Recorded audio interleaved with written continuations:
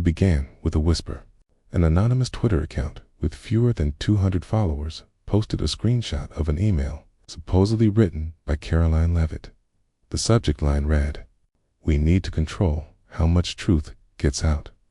It was vague, unverified, and out of character, but it didn't matter. Within an hour, Joy Behar held the printed email on the view. "I'm just saying," she smirked, waving the page for the camera. "If this is real, and I'm not saying it is, it shows who she really is."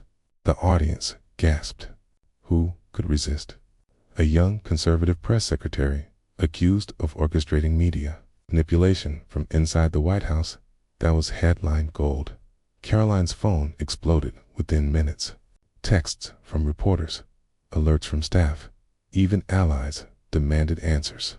Her communications director, Emma, burst into her office. "We're getting crushed." The View ran it like gospel. Karoline didn't move. She stared at the screen, watching Joy's grin freeze frame between two co-hosts, snickering. The caption below read, "Leavitt, controlling the truth." Karoline reached across her desk and picked up her own printed copy of the email. She'd already seen it, and she knew something no one else did. It was real, but it wasn't hers, at least not the way they thought. "I want a call scheduled," Karoline said. Emma blinked. "With who?" Karoline looked up, calm but sharp. "With the View. Tell them I'll come on live tomorrow." Emma's eyes widened.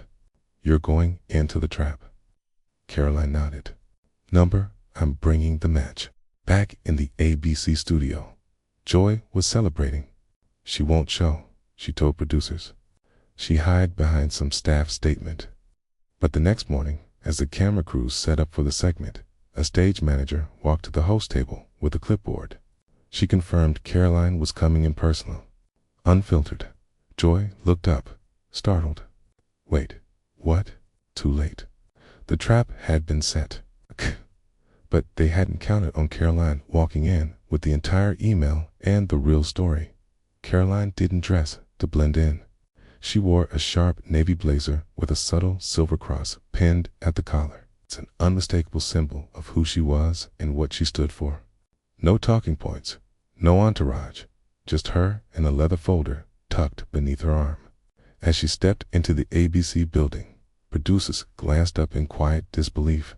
She wasn't flustered. She wasn't defensive. She was composed and early.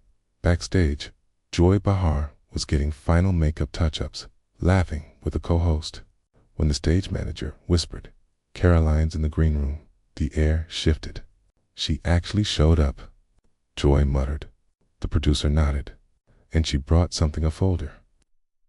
Joy's smirk flickered. Meanwhile, in the green room, Karoline stood at the mirror adjusting her blazer. Emma texted from the West Wing. "You sure about this?" Karoline replied, "I'm bringing the full page." At exactly 11 a.m., the cameras rolled. The View's theme music played over cheerful graphics. Joy opened this segment with practiced charm. "Today, we're joined by the youngest White House press secretary in U.S. history and apparently the author of a very interesting leaked email." Laughter. Karoline entered the stage to polite applause, mostly from the conservative corner of the audience. She didn't wave or smile. She walked to her seat, placed the folder neatly on the table, and met Joy's eyes without blinking. "Thank you for having me," she said. Joy leaned forward theatrically. "You're very brave, Karoline. Most people wouldn't show their face after an email like that." Karoline's voice was calm.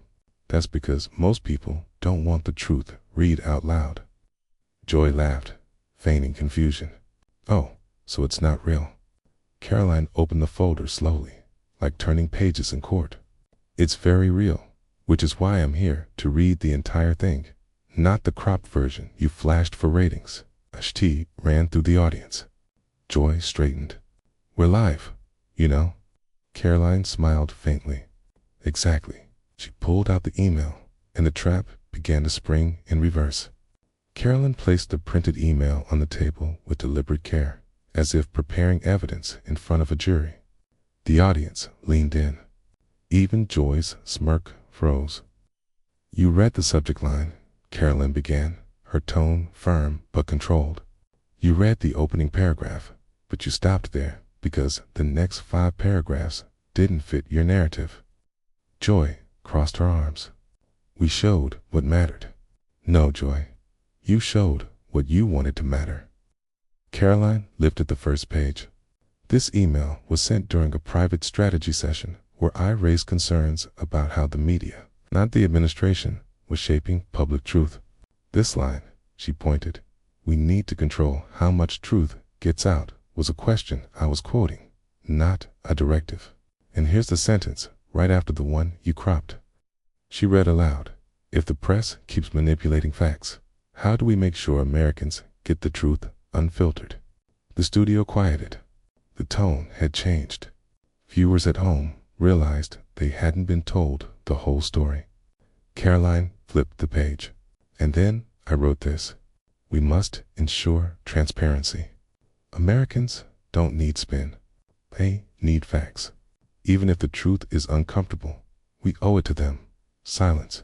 Even the co-hosts exchanged glances. Joy tried to recover. "Well, maybe you should have been clearer in your language."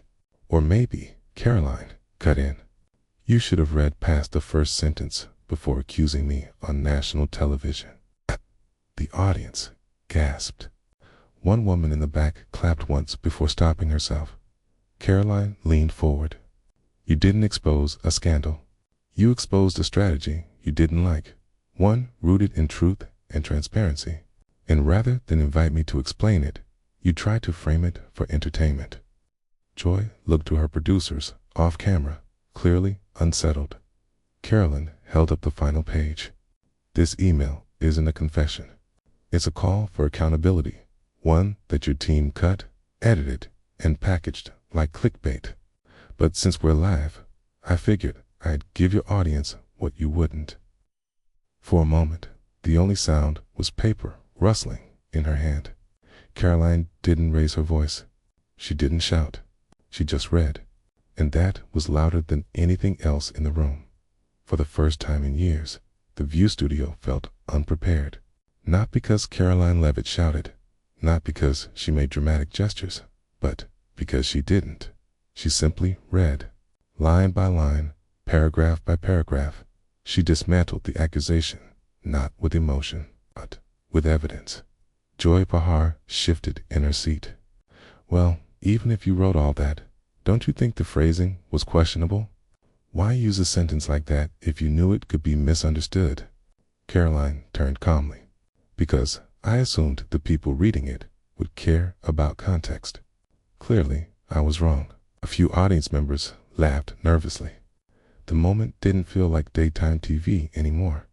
It felt like court. And Karoline wasn't just defending herself. She was prosecuting the spin. One co-host chimed in, trying to soften the blow. "You have to admit, Karoline, the timing of the leak was suspicious. It made you look like a manipulator." Karoline finished for her. "That's the game. Leak half a sentence. Imply intent. Go viral.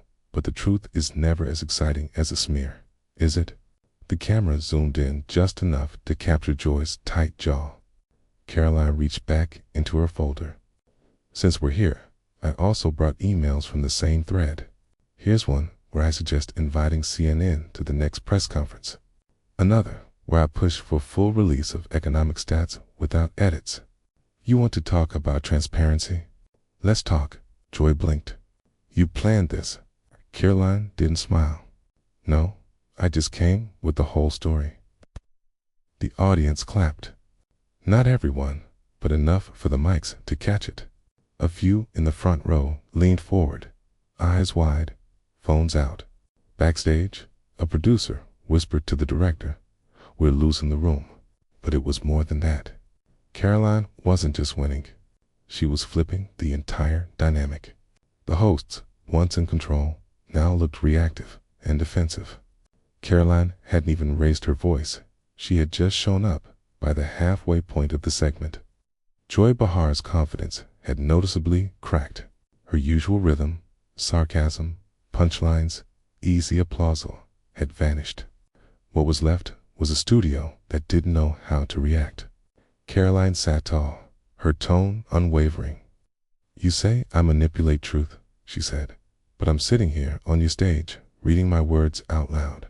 You tried to make them scandalous, but all I see is transparency." Joy scoffed. "Come on, Karoline. You can't seriously believe this email doesn't at least look bad." Karoline nodded slowly. "It looks bad when you cut it in half. Just like a courtroom transcript can be twisted if you only read the prosecution. That's not journalism. That's a performance."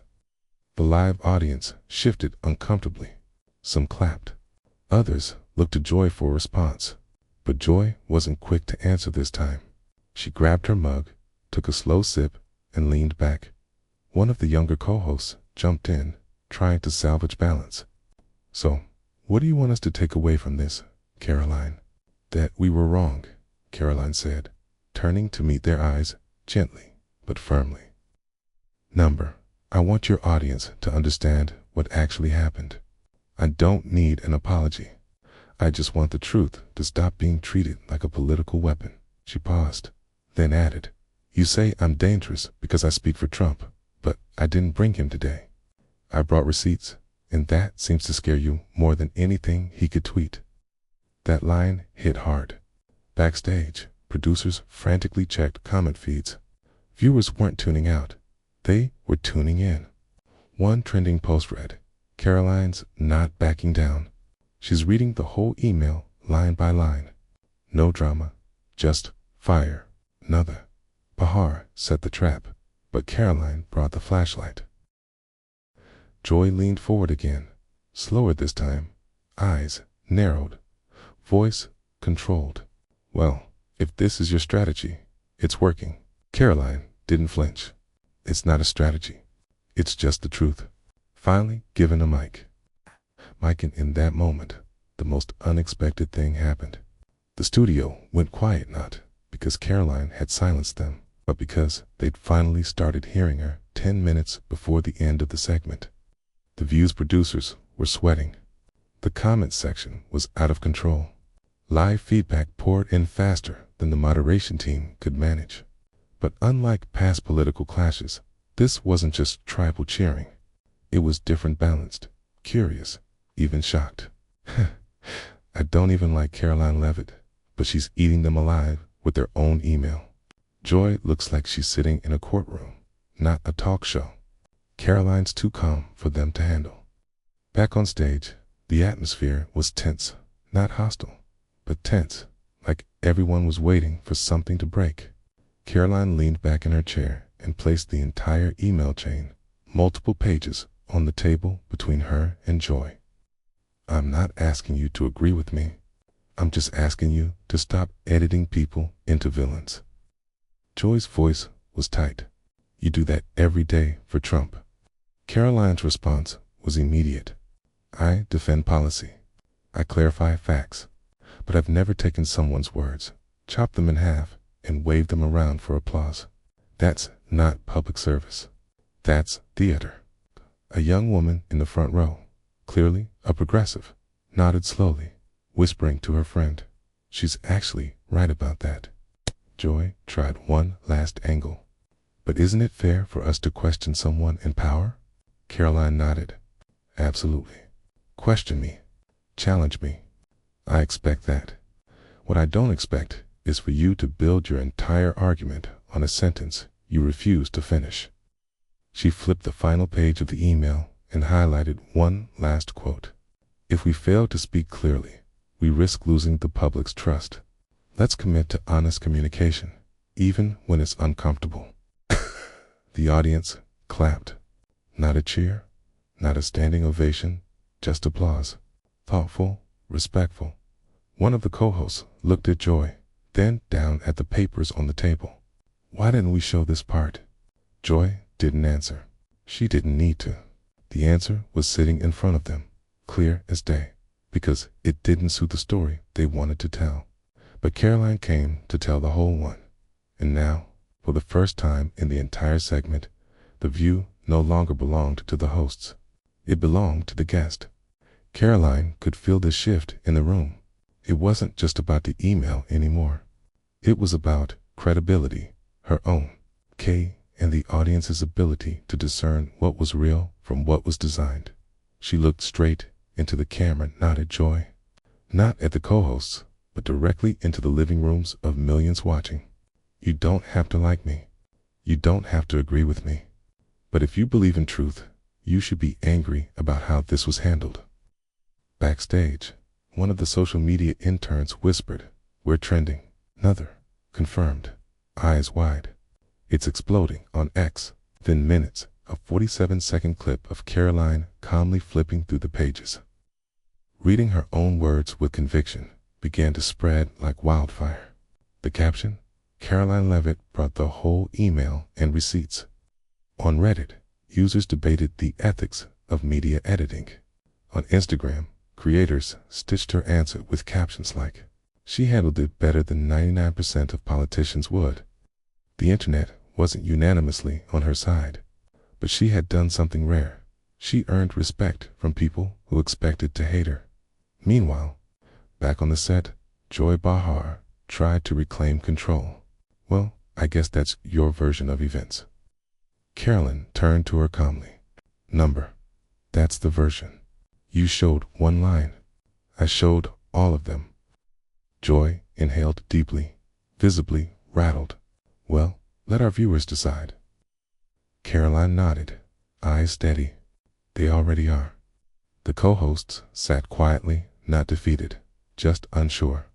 The segment wrapped. The closing theme played. Polite applause echoed in the studio. Karoline stood, shook hands with the producer, and walked off the stage with her folder tucked tightly under her arm. Outside the studio doors, the hallway buzzed. Staffers who hadn't spoken earlier gave her nods of acknowledgement. One camera operator whispered, "That was gutsy." She said nothing, just walked back in the green room. Her phone vibrated nonstop. Texts, missed calls, thousands of mentions. Emma had sent a single message. "You didn't survive the trap. You owned it." Karoline exhaled for the first time in hours. This wasn't damage control. This was a turning point, and it had just gone national by the time Karoline's SUV pulled up to the West Wing entrance. The internet had already crowned her moment. The 47-second clip of her calmly flipping through pages on The View, reading, clarifying, dismantling, was approaching 5 million views across platforms. But it wasn't the numbers that stood out. It was the tone. This wasn't rage bait or partisan spin. It was control, precision.com, fire. Inside the White House, staff gathered around screens, eyes locked on replays and reaction threads. Aides, who had previously seen Karoline as just the press secretary, now spoke with reverence. She went in with nothing but a folder, one advisor said, and walked out with the room. "She didn't just survive," another muttered. "She inverted the ambush." In her office, Karoline set the now iconic folder on her desk and glanced at her phone. Messages were flooding in, not just from Trump world allies, but from neutral journalists, liberal professors, even foreign press. Then her desk phone rang. Caller ID, Trump private. She picked up, voice steady. "Karoline." President Trump's voice came through, firm but pleased. "That was genius. You didn't just defend yourself, you exposed them. That was big league." Karoline replied, without ego. "It was just the truth, sir. I let their own framing collapse under its weight." Trump chuckled, clearly impressed. "You made Behar look like she was reading tabloids, and you didn't even flinch. You're not just a press secretary. You're a weapon." The call ended. Karoline leaned back in her chair, her silver cross necklace catching a beam of sunlight through the window. It wasn't about Trump, or Joy, or the email. It was about Truth and who had the nerve to carry it into fire. Back in the press briefing room, journalists behaved differently. The usual posturing, smirks, and gotcha questions were gone. They looked at her with a new kind of tension. One reporter asked softly, off the record, "How long have you been planning that?" Karoline replied without hesitation, I didn't plan anything. I just refused to run. For the next 24 hours, headlines rolled like waves. Karoline flips the narrative, one page at a time.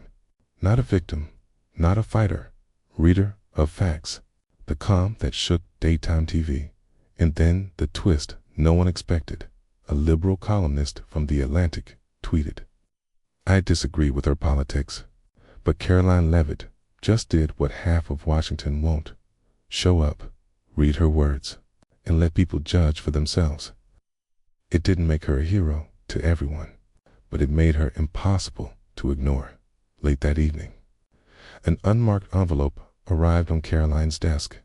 No name, no return address, just a thick beige parcel. At first, she assumed it was another media request, another letter of praise or protest. But when she tore it open and saw the words printed on the first page, bold, centered, deliberate, her eyes narrowed. This is what real truth looks like. Inside were copies, uncensored, time-stamped, and damning internal emails. Real ones from within ABC's media consultancy team. Notes from producers, strategy memos, and most strikingly, a transcript from a planning call the day before The View aired. The clipped email. One line was highlighted in yellow. "We know the quote is incomplete, but it's perfect for air. Push it hard." If she responds, pivot to tone, or blame staffers. Either way, we get the narrative out first. Karoline sat in silence, letting the weight of that sentence settle. This wasn't just political gamesmanship, it was premeditated character assassination. Disguised as a morning talk show, Emma entered seconds later, eyes catching the scattered pages. "Please tell me that's not what I think it is." Karoline turned the paper toward her. They knew it was incomplete, okay? They aired it anyway. Emma stared, stunned. "They played America." "No," Karoline replied. "They tried to, but we showed up with the ending they never planned for." For the next few hours, Karoline and her team reviewed every page, cross-referencing dates, validating authenticity. Everything held up. The next morning, she authorized a formal request not for a retraction, but for an on-air correction.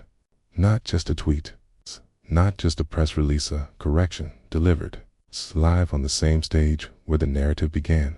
Social media exploded again, this time not just with support, but with outrage.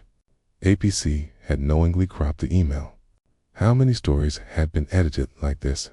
If Karoline hadn't gone on, no one would have known. A TikTok compilation titled "She Didn't Clap Back." She read the whole thing, hit 15 million views in 2 days. Influencers across the political spectrum dissected her appearance not for drama, but as a masterclass in grace under fire. A Columbia journalism professor tweeted, "What Karoline Leavitt did on national TV wasn't a stunt. It was accountability. She brought documents, context, and composure." That's the standard now. Even harsh critics admitted, grudgingly, that Karoline had exposed something deeper than a smear campaign. She had exposed a system built not on truth, but on the illusion of it. 1 week after The View, Karoline stood behind the White House podium. The press corps was unusually restrained, not silent, but respectful in a way she hadn't seen since. Taking office, a reporter from Reuters raised her hand. "Miss Leavitt, do you think this moment has changed how the public views political media?" Karoline paused, then answered with quiet clarity. "I don't know if it changed their view, but I hope it reminded them to look beyond what they're told." To finish the sentence. There it was again.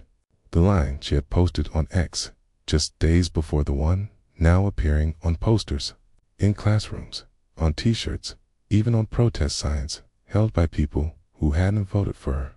If you're going to accuse someone, finish the sentence. It had stopped being just a comeback.